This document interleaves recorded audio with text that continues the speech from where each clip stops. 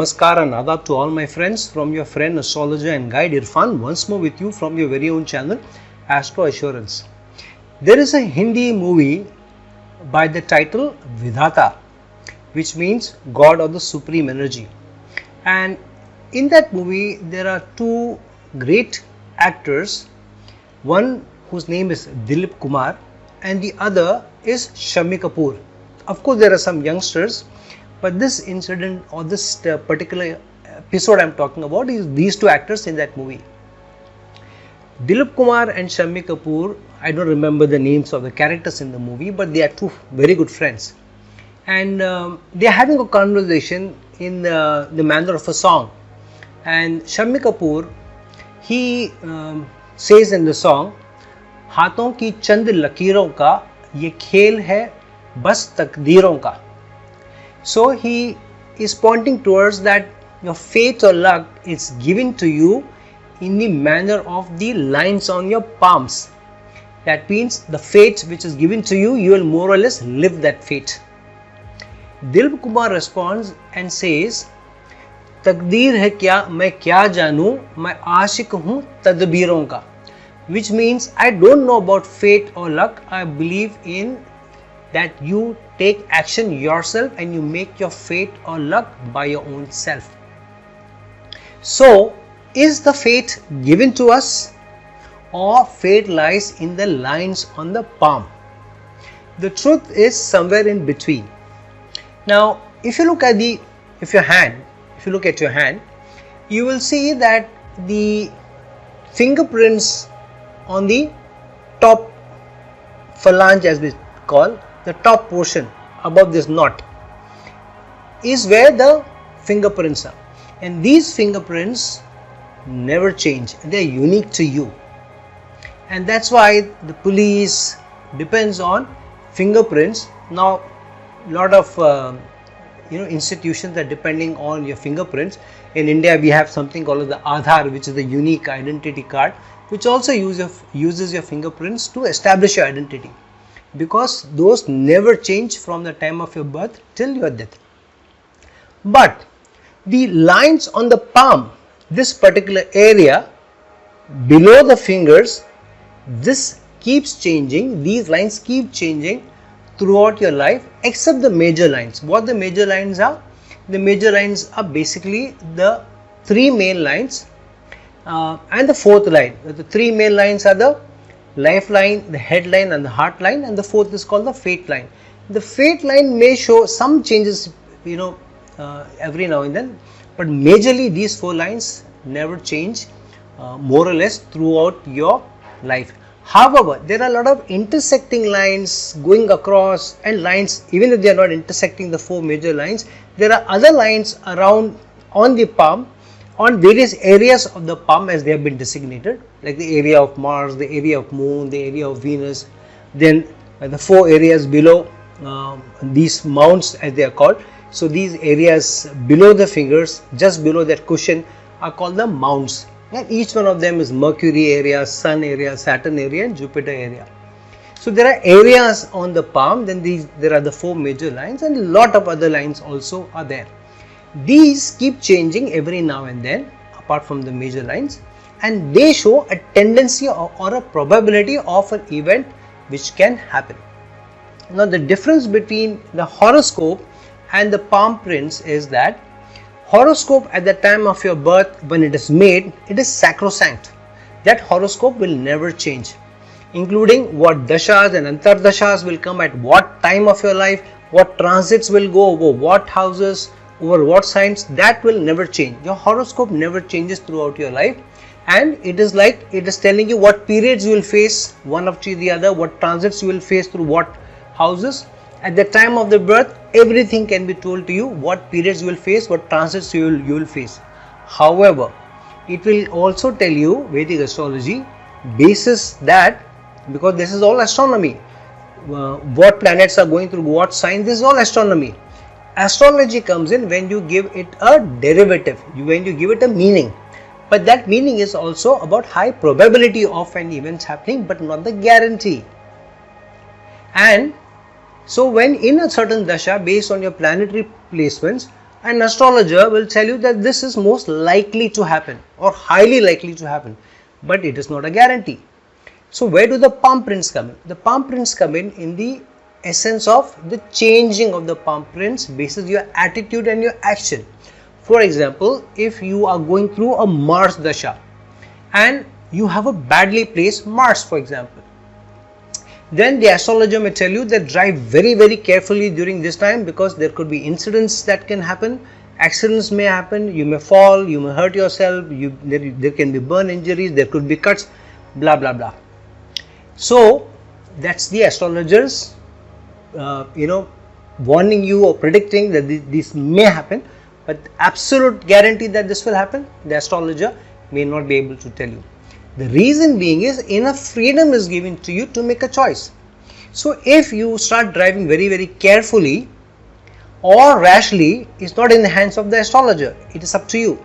But if you are driving rashly during that time, then the area of upper Mars in your palm, which is just above the lifeline, that area in the cushion of the lifeline, that area will be highlighted with more lines. So it shows more activity in the Mars area.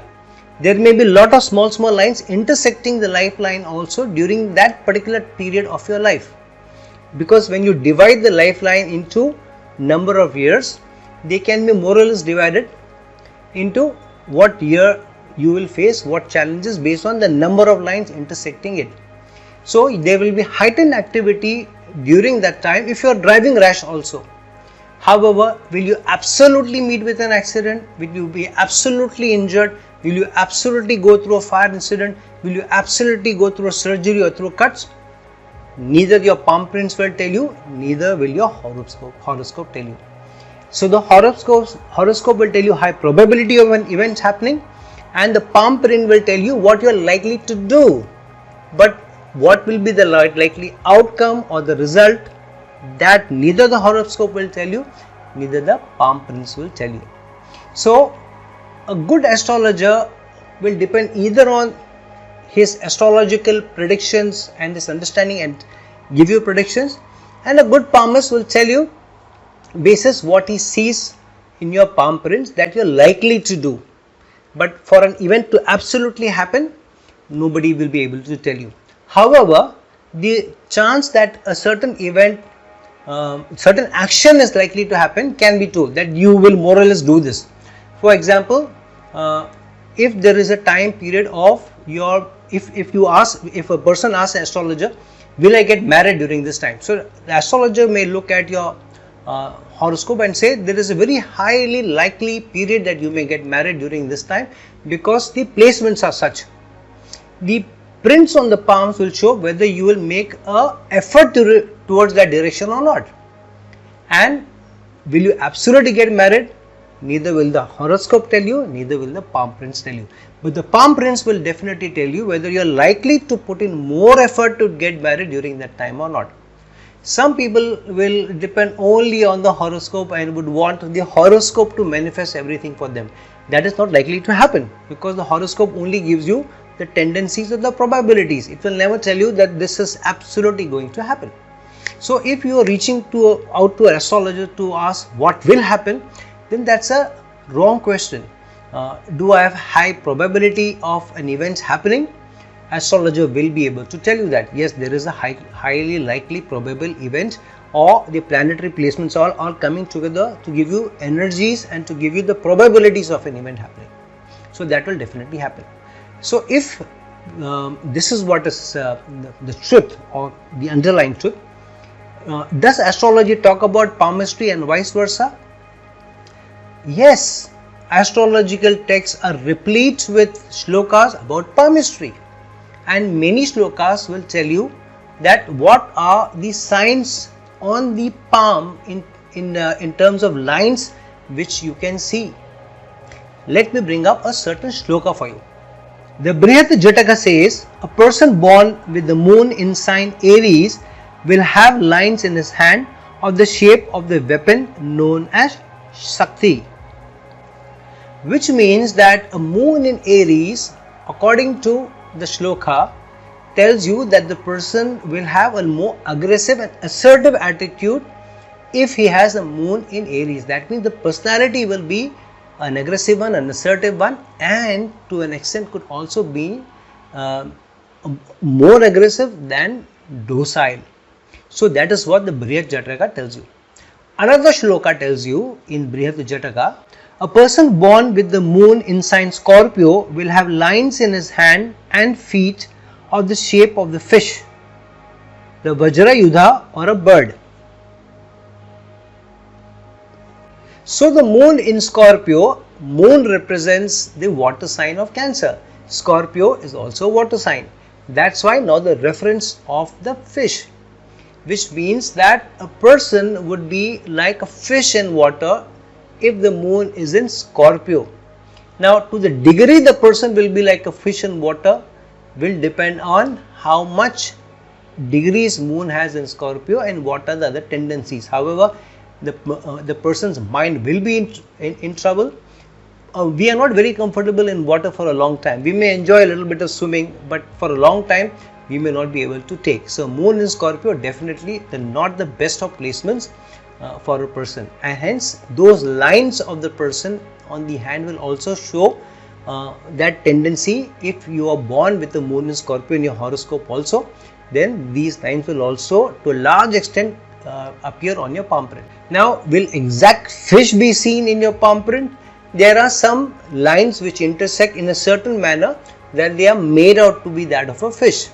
Just like the nakshatras don't exactly make a certain figure, but you join the stars and make a figure out of it, and then you give it a symbolic meaning. Similarly, the lines on the palm also will not give you the exact figure, but a close enough figure that you make out a certain shape, and from the shape of the line you also give it a certain meaning, and through that you will also give the prediction that a probability of such an event because of these shapes of lines may come by for you. Let's look at another shloka which talks about how astrology and palmistry can be connected. This shloka is from the Saravali. If the moon is in Gemini at birth, one will have prominent nose and dark eyes, will be skillful in the art of love, poetry, etc., will enjoy sexual pleasures, will have lines of fish in the palm, will be fond of worldly enjoyments. So why do we talk of fish again? Because moon represents Cancer and moon also represents our emotions. And because moon represents emotions and emotions are fluid, moon traverses the fastest through the zodiac and traverses one sign almost every day and a few hours. So in a month, moon traverses all the 27 nakshatras, and that's why your mood will not be the same in the morning, will not be the same in the afternoon, will not be the same in the evening, because the tides, high tide and low tide, also play a part. And hence, because moon connected with emotions is so fluid, and fish and water also represents a continuous motion. Fish more or less will not be stationary at one place. It will, even when it is sleeping, it will not be sleeping lying on the floor of the ocean or of the lake or the river. It will be in a certain place, but its fins will always be moving. So that's the emotions of a person when you have moon in Scorpio, and moon in Gemini is also a sign of the person always thinking about what to say, when to say, how to communicate. And Gemini is also a dual personality. So the mind is in two phases, what to do, what not to do. And so sometimes Gemini people also come out as a little bit confused, which gives the fluidity of the emotions, fluidity of the thought process. However, it also gives you a certain degree of probability of you moving towards certain enjoyments of life, certain degree, certain attitude in life, because Gemini also represents the sign of marketing, branding, communication, short journeys, and being skillful with the hands, performances. So that tendency will definitely be seen. And not only will the lines on the palms be representative of certain attributes of life, but even moles, the small black spots on the body, also talk of some denotation to what your life can be about. The Brihat Samhita, the astrological text on mundane astrology, talks about the moles on the body through this shloka. Moles appearing on the hands, fingers and belly lead to acquisition of wealth, fortune and grief respectively. Which means that moles, based on their placement, will give you a tendency of where you can get abundance, prosperity, but also where you could face challenges. Moles, for example, on certain areas of the palm mean different things.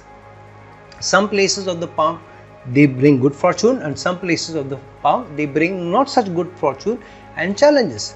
So not only the lines on the palm, but the moles on the palm and certain places of the body have also been given meaning through the astrological text, and something in fact as respected as the Brihat Samhita. And not only the moles on the body or the palms, it has also talked about the Brihat Samhita about the shape of fingers through the shloka. Hastad mulyo dirghashira yushmav litaksha shubhagaman medha vinacha sukshmarka pita parakarm nirtanam. I translate: long-lived persons have long fingers, the fortunate ones not bent ones, the intelligent lean ones, slave flat ones, the poor very thick ones. Those who are destined to die by weapons have fingers bent backwards. So based on the shape of the fingers, the Samhita also has given what is the likely end or the result of life that a person is most likely to face because of the shape of the fingers. So overall, the shape of the hand, the shape of the fingers, the knots on the fingers, the lines on the palms, the four major lines, the intersecting lines, the various shapes in terms of a fish or a circle or a square or a triangle, all give meaning, though not results. And not only is it related only to the palm or moles, the Samhita also talks about the shape of the face of a native, and it says Stri Mukh Man Patyana Shatyavatan Mandala Parigya Dirgha Nirdvyana Bhirumurka Pap Karman Chaturastra Dhurtana Nimra Vakracha Tanayar Hitanam Kurpuna Matihasuva Sampurna Bhogina Kantam. I translate: a feminine face belongs to the childless, a round one to the roguish persons, a long one to the poor, a cowardly one to sinners, a quadrilateral one to the treacherous, a sunken one to the childless, a very small one to misers, and a full, fleshy and handsome one to those who enjoy pleasures. And it goes on to talk about the signs on the hands and the feet as well. One belonging to the Bhadra class will have hands and feet marked with the figures of plows, staves, maces, swords, conch shells, wheels, elephants, crocodiles, lotuses and chariots. And then the lines on the palms. Madayuduli ya Madiband Notha Rekha Gata Panit Led Naya Hugwa Rastitha Parta Letwa ya Pusantwa Rajya Sukhaye Sa Sayata. I translate: a line on the palm arising from the wrist and touching the middle finger of a woman, or one running from the heel up to the foot of the toes of a man, leads them to the happiness of kingship. And some more. A line rising from the foot of the little finger and going to the space between the fore and middle fingers bestows the maximum span of life, that is 120 years. If the line is shorter, proportionate reduction in the span will have to be made. The lines at the foot of the thumb indicate the number of one's children. Big ones are those of sons, whereas slender ones of daughters. If these lines are not cut in the middle at the root, the children will be long lived, and if these are broken and short, they are short lived. Rich are those that have the figure of barley corn in the middle of their thumb, blessed with sons, when the figure is at the bottom of the thumb, and fortunate and long lived if the joints of the fingers be long. Then what kind of lines and the shape of the lines, the status of the lines, the condition of the lines have also been given meaning to what kind of results they may give you. Strigda Nimra Rekha Dhanina Tav Ghataye Niswanama Virlan Dulyo Niswa Dhans Diyeno Ghana Dulaya. I translate: the wealthy have glossy and deep lines on their palms, the poor rough and not deep ones. The poor have their fingers far removed from one another, and the hoarders of wealth thick ones. Now, some of it can also be attributed to what work one does. A person who is doing a lot of manual labor, hard labor, you will find that they don't have the minute lines visible at all because their hands are so hard because of our hard work. Their four major lines will be barely visible on the hands, and the small lines which give various situations in life, various experiences in life, and various tendencies in life will barely be visible for the poor people because of the hard work they go through.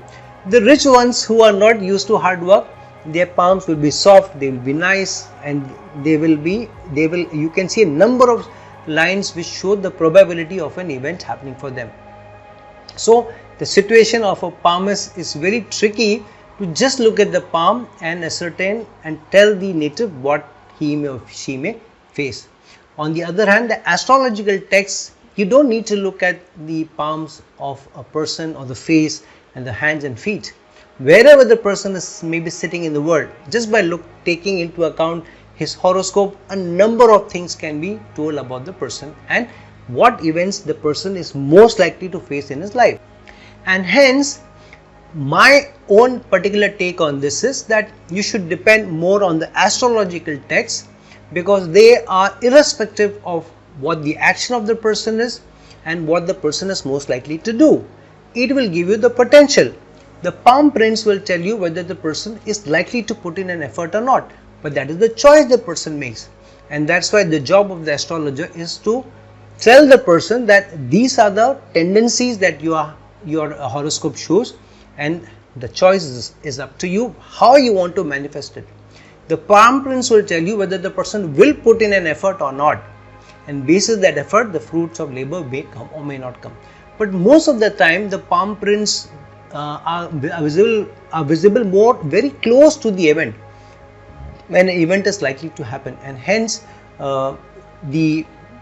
depending on only the palm prints for a prediction may not be the most appropriate way to go for a palmist or for a native to approach a palmist for an analysis. Now, to each his own.